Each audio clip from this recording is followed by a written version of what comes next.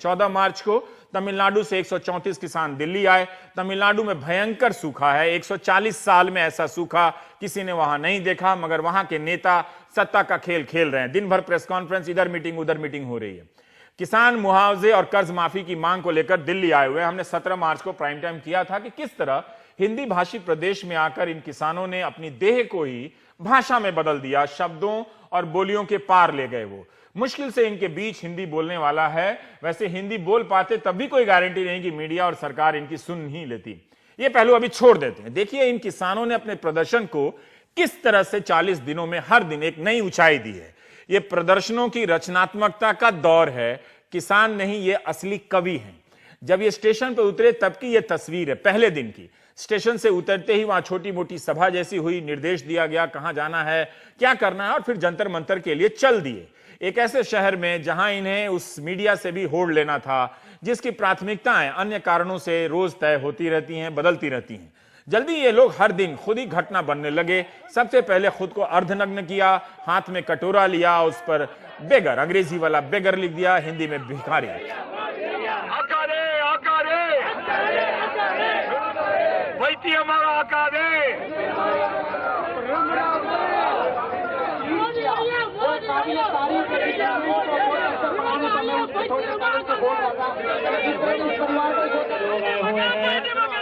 हम उनसे निवेदन करते हैं कि वो मंच पर आकर के बैठे।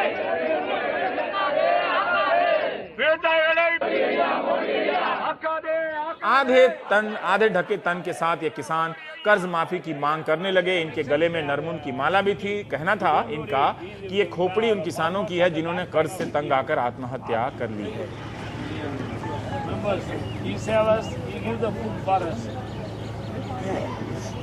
Respect us. Nobody give anything. During the election, they are speaking. 40 दिन से ये जंतर मंतर पर प्रदर्शन कर रहे हैं। 134 किसान आए थे, जिनमें से कई बीमार पड़कर वापस भी गए, मगर वहां से 100 नए किसानों का जत्था आ गया। 100 किसानों का नया जत्था आ गया। दिल्ली आने वाले पहुंच रहे हैं वो लोग। हमने सोचा कि क्यों ना इनके प्रदर्शनों की एक सूची बनाते हैं टेलीविजन के लिए। देखते हैं कि दिन गुजरने के साथ साथ ये क्या करते हैं। अपनी लड़ाई को प्रासंगिक, रेलेवेंट और रोचक, इंटरेस्टिंग बनाए रखने के लिए भी आजकल मूल संघर्ष से ज्यादा बड़ा संघर्ष हो गया है। इन किसानों में 25 साल का नौजवान भी है, 75 साल के बुजुर्ग भी हैं।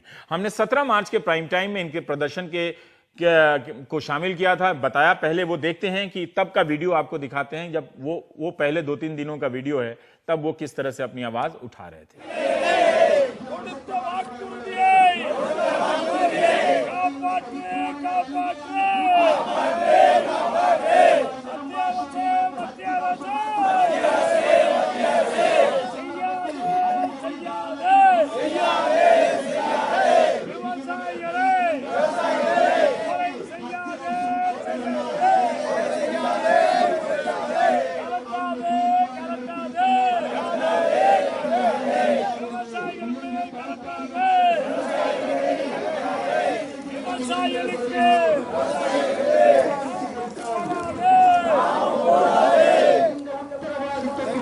हमारे सहयोगी मुन्ने भारती ने बहुत प्रयास किया कि किसी से बात हो जाए, किसी को तो हिंदी आती हो। ना मुन्ने अंग्रेजी बोल सकते थे, ना किसान हिंदी बोल सकते थे। दोनों तरफ एक बीच की भाषा बची हुई थी, अंग्रेजी, जिससे हम कई बार नकली भाषाई स्वाभिमान के नाम पर चिढ़ते हैं, नफरत करते हैं। किसने सोचा था कि कर्ज से लदे किसानों को, आत्महत्या करने वाले किसानों को अंग्रेजी का सहारा लेना पड़ेगा। मराठी, पंजाबी, तमिल सब भाषाओं ने किसानों को छोड़ दिया है। दिल्ली की अंग्रेजी अपनी अलग दहशत से डराती है। दिल्ली वाली अंग्रेजी कस्बे वाली अंग्रेजी को डराती है। मुन्ने भारती ने एक किसान से बात की कि वो क्या बोल रहे हैं। ये मत सुनिए इस वीडियो में किस तरह से बोल रहे हैं, उनके बोलने में जो टूटन है उसे देखिए। अगर आपको ये टॉपिक हेवी लगता है तो आप कुछ और भी देखिए। There was very hungry, is poverty and lazy, unemployed. Please give us pension for farmers above 60 years old. The farmers are very, very sorrow. Tamil Nadu farmers are dying poverty. दूसरे दिन 2 किसान पेड़ पर चढ़ गए और फांसी लगाने की कोशिश की, लेकिन पुलिस ने तत्परता दिखाई, समय रहते इस घटना को किसी और घटना में बदलने से रोक दिया। तीसरे दिन इनका प्रदर्शन कुछ और हो गया। किसानों ने अपने कपड़े उतारे और पत्तों से शरीर को ढक लिया। चौथे दिन पूरे शरीर को पेंट कर लिया। छठे दिन इन लोगों ने रुद्राक्ष की माला पहन ली और प्रदर्शन करने लगे। 7वें, 8वें और 9वें दिन इन्होंने कुछ अलग नहीं किया, जंतर मंतर पर ही प्रदर्शन करते रहे। 10वें दिन सुप्रीम कोर्ट तक लंगोट में मार्च पदयात्रा करने के लिए निकल पड़े। 11वें दिन जंतर मंतर पर कुत्ता बन गए, भौंक भौंक कर प्रदर्शन करने लगे। 12वें दिन एक किसान लाश बन गया। किसान लाश के आसपास बैठकर घंटी बजाने लगे, कोई शोक सभा हो जैसे। रोने लगे। लाश बने किसान की शव यात्रा निकालने लगे।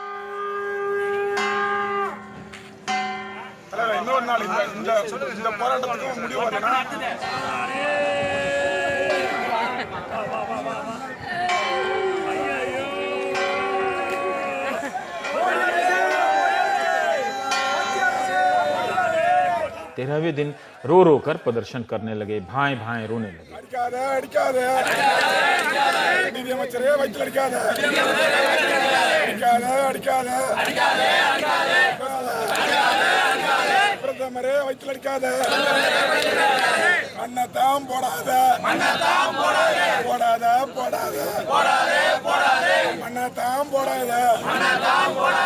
चौदहवें दिन दिल्ली रेलवे स्टेशन गए और वहां से चूहे पकड़ कर ले आए। सोचिए, पटरियों पर कितनी गंदी हालत में चूहे दौड़ते रहते हैं, मोटे मोटे, भयानक, खतरनाक। उसे ले आए और फिर अपने दांतों से दबाकर प्रदर्शन करने लगे।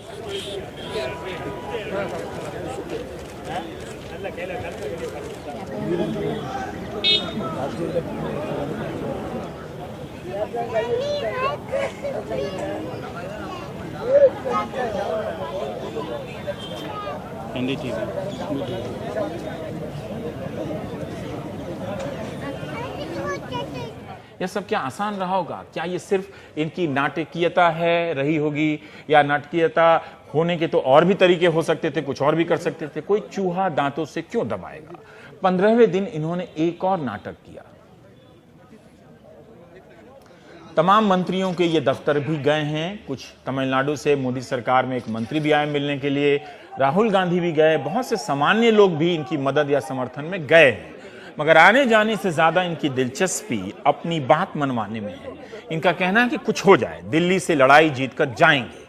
इनका कहना है कि अगर सरकार ट्रेन में बिठा भी देगी तो चेन खींच लेंगे, फिर अगर उतरने नहीं देगी तो चलती ट्रेन से कूद जाएंगे। दिल्ली में इतने जिद और जज्बात से बहुत दिनों से कोई किसान नहीं आया था। अब तो इन किसानों का कहना है कि वे पेशाब पीने जा रहे हैं, यूरिन। 5 किस्म के मांग है। एक तो सबसे पहले बैंक का ब्याज है उसका सारे कैंसिल करवाने का। नंबर दूसरा है, ये शर्मा जी ने अनाउंसमेंट किया था किसानों का ये रेट का प्राइसेस का 2 गुना करने का। तीसरा है ऑल इंडिया का रिवर के ऊपर एक साथ मिलाने का। चौथा है ये कावेरी का बोर्ड मीटिंग करने का। 5वां है हिंदुस्तान के किसी भी किसान को 60 साल से उम्र ज़्यादा हो गए, ये 2 दिन का हमारा मोहलत मांगे उन लोगों ने। कौन मांगा है? ये अपना सेंट्रल मिनिस्टर पुन राधाकृष्णन जी ने बोला था कल। कल हमारे से बुला के बात किए थे। अच्छा, बात उन्होंने बोला था ठीक है आप अपना ये इसका कैंसिल कर दो।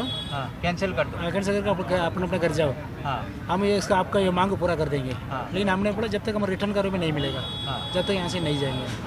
उन्होंने बोला 2 दिन का फिर रुको आप। इसे हम 2 दिन से शांति से कोई हड़ताल नहीं कर रहा, शांति से बैठे हैं बस। अपनी जगह से बैठे यहाँ से हिलेंगे नहीं। आज और कल 2 दिन देखेंगे। इसको 2 दिन के लिए सिर्फ 2 आदमी ने अपना आज का भूख हड़ताल रखा है। ये भूख हड़ताल कर रहे हैं? सिर्फ 2 आदमी ने। ये देखिए, ये भगवान से दिखाइए थोड़ा सा। ये भूख हड़ताल एक आदमी दोनों है। अच्छा, और इनका उम्र जो है मैंने सुना 65 साल का है। 65 साल का। ये 2 दिन से कुछ नहीं खा रहे? आज और कल 2 दिन के लिए नहीं खाएंगे? नहीं खाएंगे। अच्छा, और वो दूसरा आदमी वो उनको 45 साल उम्र, तमिल चल रहे। ये 2 दिन का हड़ताल रखे, भगवान से दुआ कर रहे हैं हमारे कोई अच्छा रिजल्ट मिल जाए, इसके लिए 2 दिन के लिए हड़ताल रखे हैं। ये 2 दिन में कुछ कार्रवाई नहीं होगा फिर शनिवार से अपना कार्रवाई दोबारा वही सेम शुरू हो जाएगा। और दोबारा वही शुरू कर देंगे सभी? हाँ, सभी सारे यहीं रहेंगे, घर नहीं जाएंगे। नहीं तो फिर आप लोग सभी अनशन शुरू करेंगे? हाँ, आंदोलन शुरू कर देंगे। नहीं, कुछ और दूसरा चीज कह रहे थे कि कल से आप लोग शायद यूरिन जो है कल नहीं, कल के बाद परसों से यूरिन पीना शुरू आज जैसे मोरारजी देसाई ने किया था। मोरारजी देसाई ने पहले अपने पेशाब पिए थे एक बार, यूरिन पिए थे। हाँ जी। तो आप लोग यूरिन पी के ही प्रोटेस्ट करेंगे, अपना प्रोटेस्ट हम करेंगे, खुद करेंगे। ये हमारे नेताजी ने बताया था, जो हमारे लीडर हैं उन्होंने क्या बताया। फायदा होगा? अब तो सरकार तो फायदा तो क्या, फायदा तो कुछ नहीं है।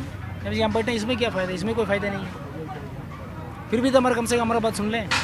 हिंदुस्तान के किसान पेशाब पी रहे हैं। यही नहीं, इन्होंने जंतर मंतर पर नाटक भी खेला। इसमें प्रधानमंत्री को चाबुक मारते हुए मुद्रा में दिखाया गया और किसान गांधी का मुखौटा पहनकर जमीन पर कूड़ा खाते दिख रहा है और मदद मांग रहा है। उनके प्रदर्शन का ये 15वां दिन था।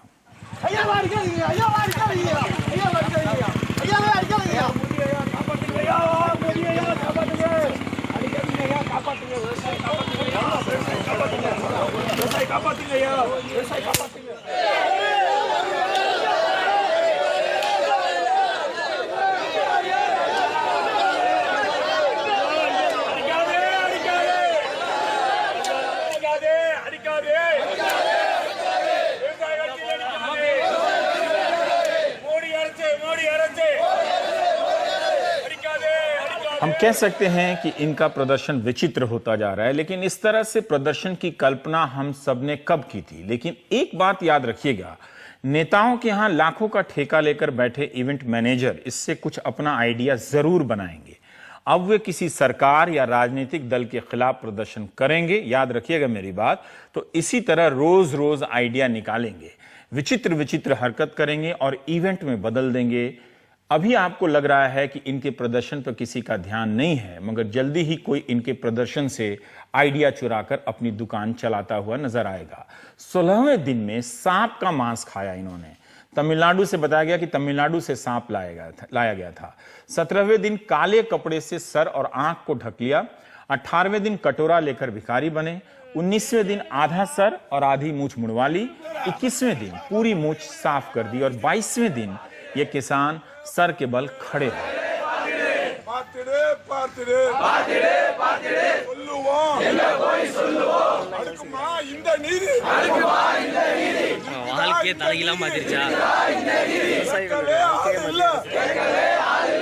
इस आंदोलन का नेतृत्व 70 साल के एक वकील कर रहे हैं। इनका कहना है कि ये पिछले साल भी दिल्ली आए थे, तमिलनाडु के किसानों की व्यथा बताई, मगर किसी ने परवाह नहीं की। वे जरूर दिल्ली में प्रदर्शन कर रहे हैं, मगर तमिलनाडु की राजनीतिक गतिविधियों को देखकर नहीं लगता कि वहां के विधायकों या सरकार को किसानों की चिंता है।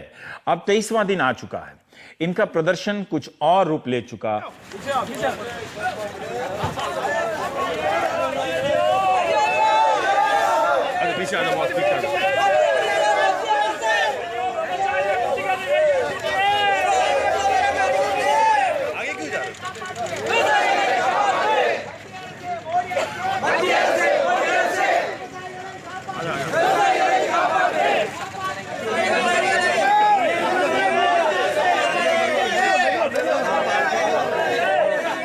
चौबीसवें दिन इन किसानों ने कपड़े से खुद को ढक लिया और चलने लगे सड़क में।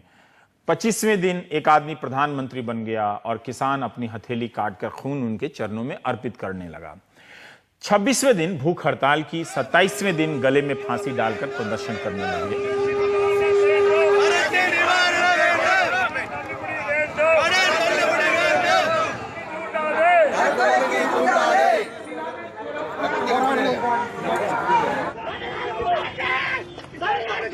अट्ठाईसवें और 29वें दिन इनका प्रदर्शन झकझोर देने वाला रहा। किसी ने कल्पना नहीं की थी कि प्रधानमंत्री कार्यालय में ज्ञापन देकर लौटते वक्त ये निर्वस्त्र हो जाएंगे और प्रदर्शन करने लगेंगे।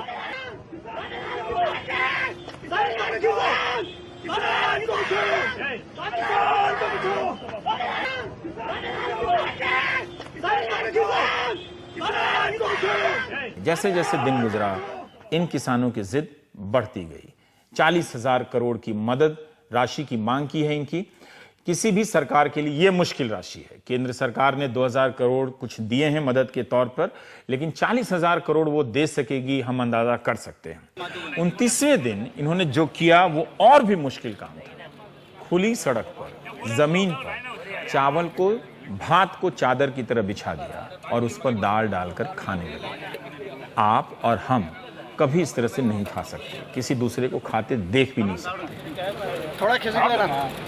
And you can see the farmer leader I Kanu telling the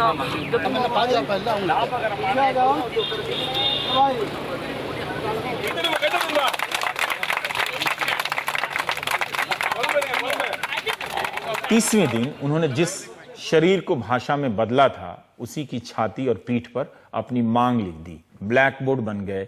31वें दिन की जानकारी हमारे पास नहीं है।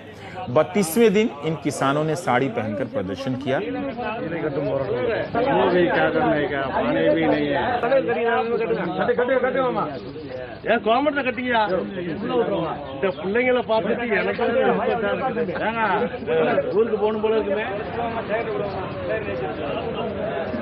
ध्यान रखिए, लाश बने, निर्वस्त्र हुए, मूछ मुड़ा ली और अब साड़ी पहनकर प्रदर्शन करने लगे। इन किसानों ने बताया कि एक किसान ने अपनी पत्नी का मंगलसूत्र गिरवी रखकर कर्ज लिया, लोन नहीं चुका पाया तो साहूकार मंगलसूत्र ले लिया। तो इस सीन को किसानों ने जंतर मंतर पर दोहराया, धागे के मंगलसूत्र पहनकर प्रदर्शन किया।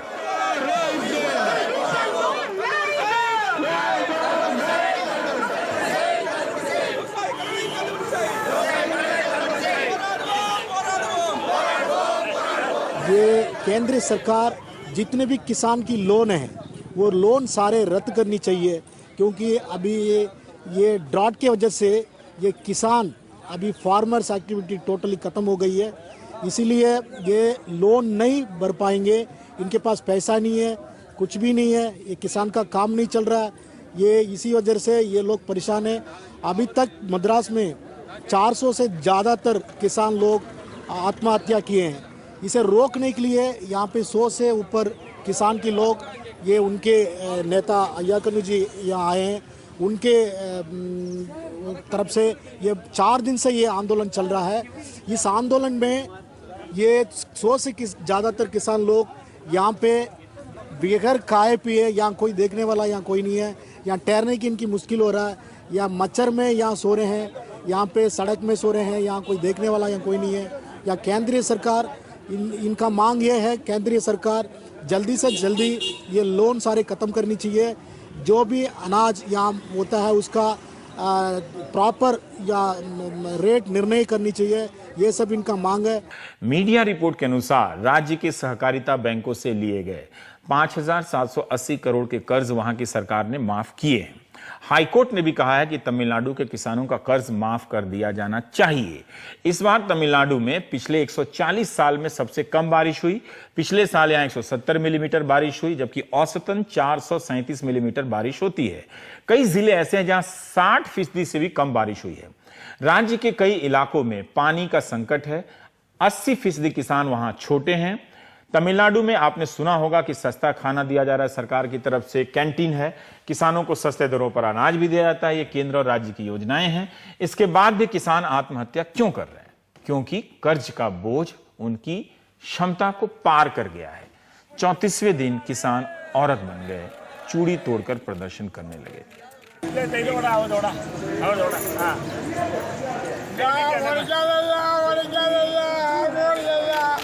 37वें दिन किसानों ने फटा हुआ कुर्ता पहन लिया। अब वे पागल बन गए, पागल बनकर प्रदर्शन करने लगे हैं।